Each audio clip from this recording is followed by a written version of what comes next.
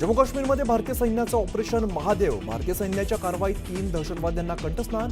श्रीनगरच्या लिडवास परिसरात सैन्याची धडक कारवाई. ऑपरेशन महादेव अंतर्गत पहलगाम हल्ल्यातील 3 दहशतवाद्यांचा खात्मा. पहलगाम हल्ल्याचा मास्टरमाइंड मुसा सुलेमानी ठार. दहशतवादी अबू हमजा आणि यासिरचाही खात्मा.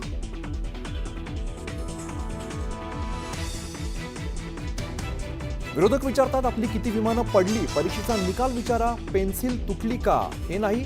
संरक्षण मंत्री राजनाथ सिंह यांचं विरोधकांना उत्तर. तर ऑपरेशन सिंदूर यशस्वी झालं का, विरोधकांना सवाल.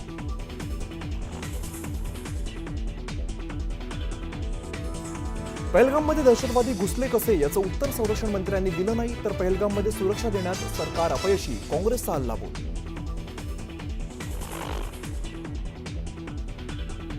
पालिका निवडणुकीच्या तोंडावर सर्वांनी एकत्र राहा. महायुतीत मित्रपक्षांवरती टीका करू नका. तर शक्यतो महायुती म्हणूनच निवडणुका लढणार. मुख्यमंत्र्यांनी निवडणुकीचं फुंकलं रणशिंग.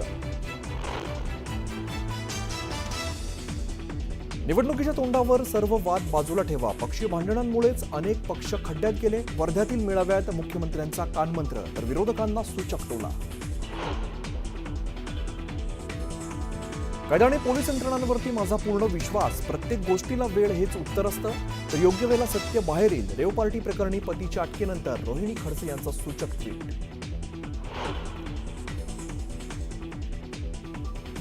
योगेश कदमांची पाठराखण म्हणजे आपला तो बबड्या. कदमांना पदावरती राहण्याचा अधिकार नाही. राज्यपालांकडे संबंधित प्रकरणाची चर्चा केली. राज्यपालांच्या भेटीनंतर सुषमा अंधारे यांची माहिती.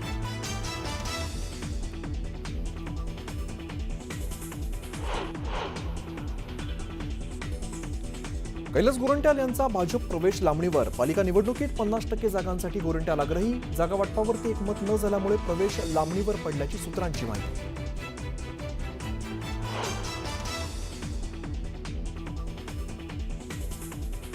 मुंबईत तब्बल 400 कोटींचे ड्रग्ज जप्त. मोठ्या ड्रग्जच्या रॅकेटचा मुंबई पोलिसांकडून भांडाफोड. मुंबई पोलिसांची मोठी कारवाई.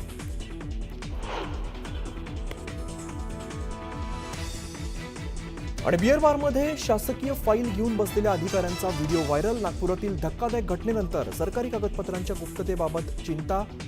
तर संबंधितांवरती कारवाईची मागणी.